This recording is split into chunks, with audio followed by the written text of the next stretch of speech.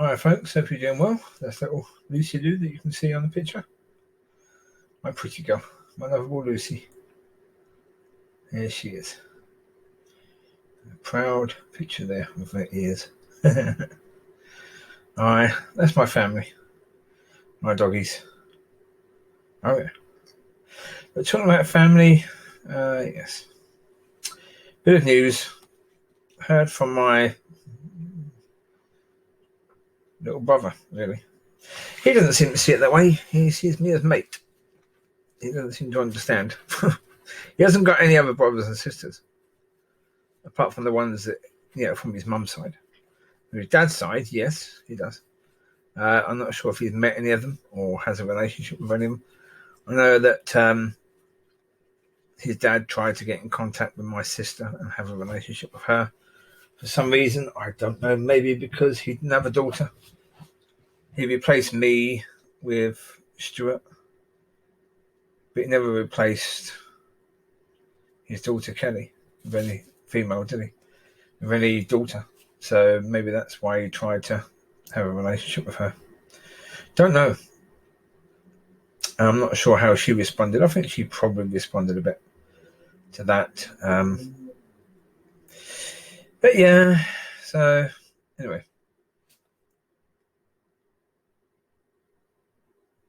Kelly's now in some serious trouble now with regards to his health. I've got no idea how old he is. Don't know. No idea at all. I imagine he's probably 70 something. Or around about, 70. 70 plus. But he's had dementia for about a while. And was moved into a home 6 weeks ago. And of course, 2 weeks ago he had a brain infection. Was taken to hospital.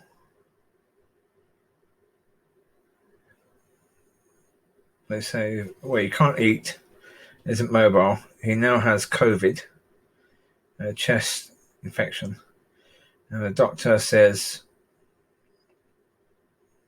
he will probably die soon. Yeah.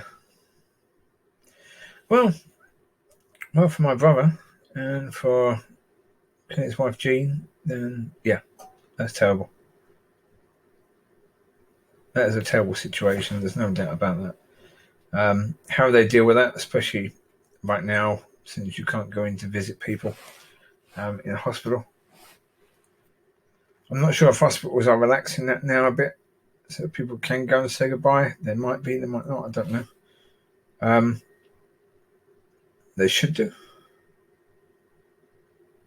I think they should do. Yeah. Well, I've asked my brother, what is he really hoping for in this situation? Because with his dad having dementia, if it's a pretty serious case of dementia, then he's not really there anymore. And he's incredibly ill. Brain infection, he can't eat, isn't mobile. Now has COVID and a chest infection. There's an awful lot there.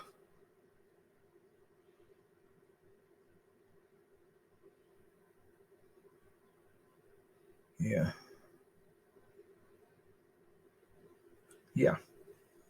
So I've asked him what he's hoping for, because I can certainly pray about it and seek God on the issue.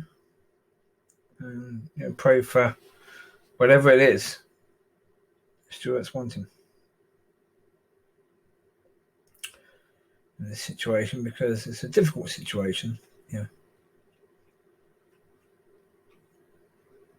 Of course it is. I mean, the thing of it is that had there not been a COVID situation, I imagine Kenny would probably still be in the same, or Kenneth.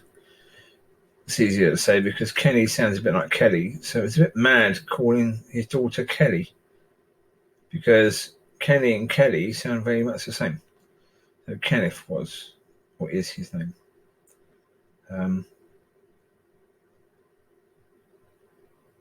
Yeah. I originally had his name as my name. I changed it. Well, I changed it a long time ago. It wasn't really because of him. It wasn't really because of him. It was really because of my auntie, which was his sister, Barbara. Oh, yeah. Very unpleasant woman, to say the least. Very unpleasant woman. Very, I don't know, how would you put it? I mean, I didn't know her when she got to her 60s and 70s, so she may have been a bit of a Karen. But there was an unpleasantness about her. I mean, it's always the case. Growing up, I was living with them for a short while. Certainly between about the ages of 11 and 14. So that was a weird situation. I was living with my auntie and uncle and their two daughters between that age.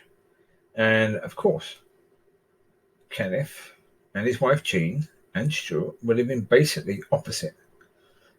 Opposite and a few doors to the right. That's where they were. But there was always this weird sort of competitiveness where Barbara and Keith had to always do one better than Kenny and Jean. Had to always, and they would always slag Kenny off, always. I mean, this is your brother. Barbara, that's your brother. You're supposed to love your brother. But she was always making him out to be a loser, and when his marriage fell apart, he come and lived with them, and he went to work with Keith, and he then started doing his own thing, and they had a bit of a falling out because of that. And oh, Jesus, I don't need to know this. Give me information I didn't need to know. Why are you trying to turn me against my biological dad when I have no relationship with him anyway? What are you doing? Why would you even bother doing that? We're not going to be father and son anyway, are we, really? He's now got a son. Yeah, he's got a new relationship. So he's quite happily sailing along in that situation. You don't need to try and turn me against him. I was never against him. Never against him. Never particularly in favour of him, but never particularly against him either. And I wish him well. I mean, in his situation that he's in, put it this way, I'd pray for him. I wouldn't pray for Barbara or Keith. I wouldn't pray for them. No. Whatever situation they were in, sorry, but I'm leaving you to God's judgment completely. Yeah, I would like for Kenny to recover completely, so he has a chance to repent for his sins.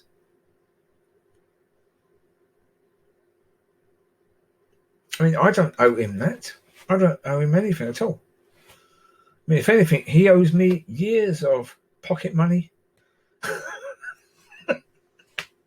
Right? All that. But no. I mean, I even look to a certain degree like him. I look more like him than Stuart does. I mean, Stuart looks more like his mum. Doesn't look very much like Dad at all. Like Kenneth, no. But I do. I was always hoping that would mean I'd get better looking as I get older. Well, Kenneth had a big nose. A very big nose, and he passed it on to me. So that was a bit unkind. I got a name that was a family name plus his first name as my initial, sort of middle name. And then I got a family that was, well, after Nan died, it was abhorrent. The family in many ways. I'm going to go into something, but don't take this the wrong way. Don't try and look into it, something that isn't there. We would have the family Christmas, and I imagine Stuart would probably remember this to a certain degree himself when he was very young, because we'd all go over to each other's. Yeah, that was the thing. And normally, one event would be held at Barbara and Keith's. They would always try and make sure of that. And the other family members basically bent over backwards for Barbara. As I say, she was a bit of a Karen. She was a bit of an entitled. Whether she was, she wasn't. I don't think she wasn't the youngest daughter of her mum. She had a younger sister, Helen, I think that was. Again, long time since knowing. So I think that was Helen. She had an older sister, so she wasn't the first daughter. She was the middle daughter. Certainly wasn't the youngest child. I mean, Kenneth wasn't the... I think he would have been the youngest son, I think. Because there was Fred, Alan, and Kenneth. 3 sons, 3 daughters. They had a big family. Nan and Grandad, yeah. Well, Grandad was a bit grumpy. Nan was just really nice. Really kind, loving, forbearing. She put up with her family. I mean, you've got to say, I made videos about the war and how the war impacted family. And you've got to say that is a family that has plenty of evidence of that being the case. I mean, Grandad was in the war. So he went off and he was probably scarred quite heavily from it. But they did a pretty poor job on quite a few of their kids. Because the amount of them that marriages either didn't work or, Fred had an affair on his wife Iris.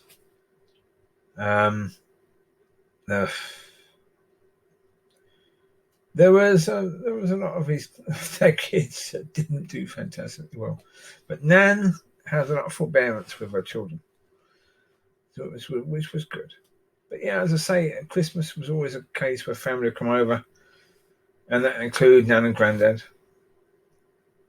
But it was always a point with Barbara trying to one up on pretty much everyone.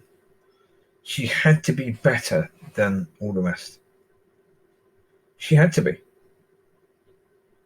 They had to have a slightly nicer house, slightly nicer car, live in a slightly nicer area.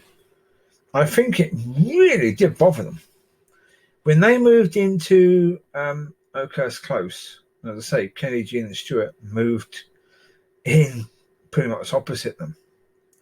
I think, Barbara and Keith lived at number 6, and I think Kenny and Jean and Stuart lived probably about number 11 or 13. It was around that 9, 11, 13, opposite, but just a bit down the road. Not much at all. And, of course, they had a bigger house, bigger garden. And I think that really annoyed Barbara and Keith somewhat. Really, really did. I think that really knocked them. So then, of course, that was... that was a fun thing, and Christmas was always something that was slightly looked forward to, but the parties I always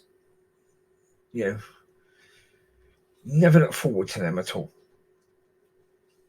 I try and be sort of out the way a bit, because I certainly didn't want to hear Barbara and the way she talked about the family. It's her family. The way she talked about her brothers and their wives and their sisters and their husbands, completely disrespectful. She didn't really care for any of them at all. No. The only reason why they fostered me was that they could stick 2 fingers up to Kenny. They could say to all their family, we're looking after his child. That was what that was all about.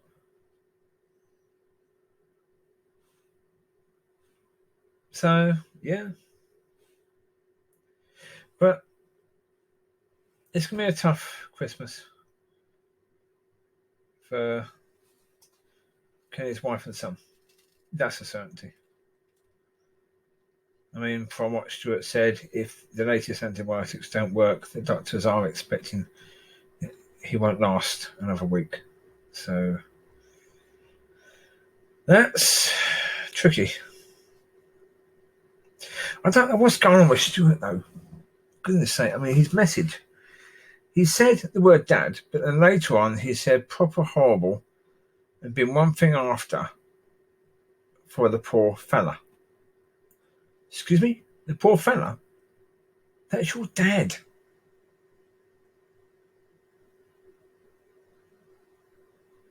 That's your dad.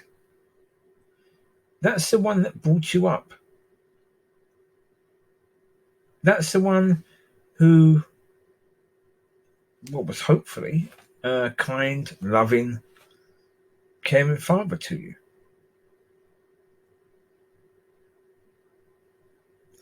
Sure, it comes across as one of these men who's trying not to be emotional. Well, I hope that's not the case. I do hope it's not the case. That picture there, that was the Red Arrows, but that was a year after one of them had crashed. That's why you got one less. So, yeah. Just in case anyone spotted that and wonder why there's only 7 there. There should be another one there. Yeah, but one crashed. And the pilot died. So they didn't replace him for that year. And there's my beautiful girl. My Molly Collie baby. Hi.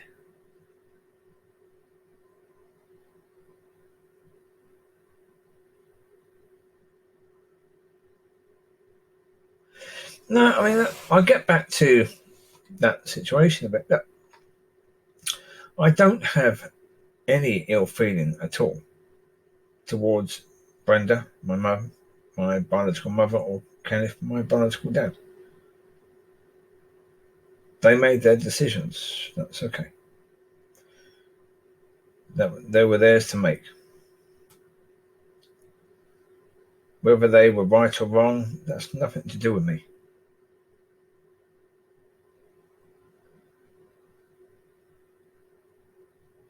Nothing at all.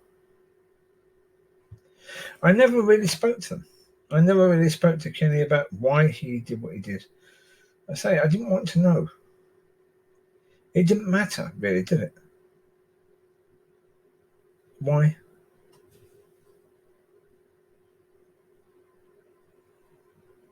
Same with Jean. Never really asked. Sorry, not Jean. Brenda. Brenda. Never really asked her why. Because, yeah. Saw something earlier that was quite interesting. It was a YouTube video. I can't find it now. It was an interesting one. It was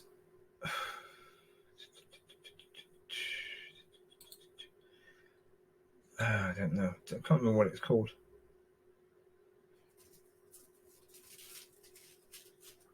I think it's Family Abandoned Me for their new wonderful family lives. And it's like, yep, been there, done it.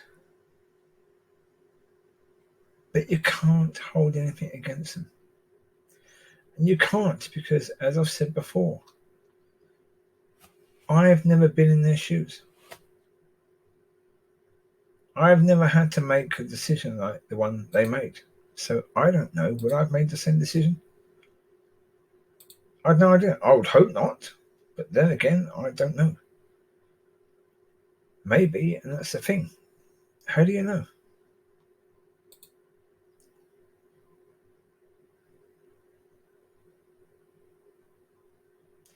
Unless you've been in their situation and I've had to make a decision. And I know I had James. Now, I made a similar decision with James. There was a similarity there. James, I would say, looked very much like Stuart. When Stuart was young, James looked very much like Stuart.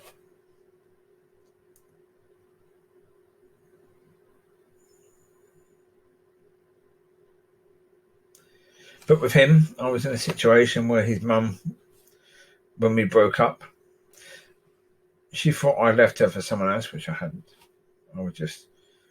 I moved away, went to uni, was in college accommodation, so sharing a place, and she phoned the number of the accommodation, and a female answered the phone and passed the phone to me.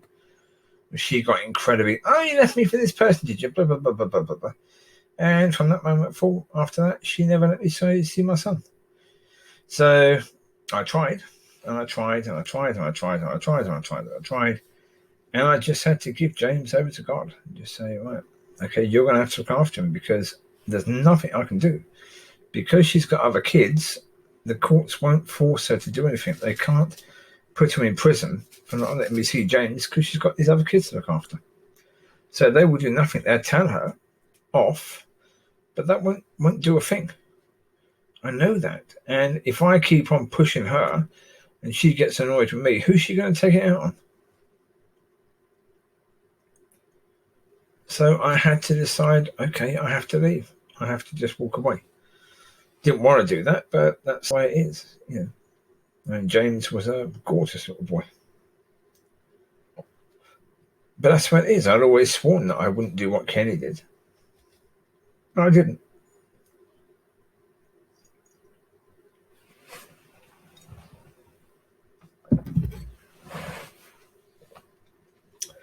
I didn't, but in a certain way I did. To a certain degree I did. But I didn't. But again, I can't really say what he did because I wasn't there when he did it. I wasn't in his head. So, yeah. But look, I hope that Kenny wakes up at least for a time, and that if he's going to go, then at least Jean and Stuart get a chance to say goodbye. Because that's important. To be able to say goodbye. Yeah, if a loved one is passing, you want to be able to say goodbye. You want to be able to deal with that. You know? So, if that's what they want, then I will certainly pray for that to happen. I'll pray that they get a chance to do that.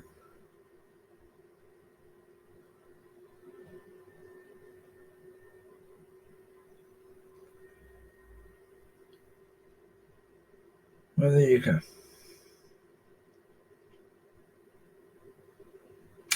I'll end this now. You take care. God bless. And I will speak to you soon. Bye-bye.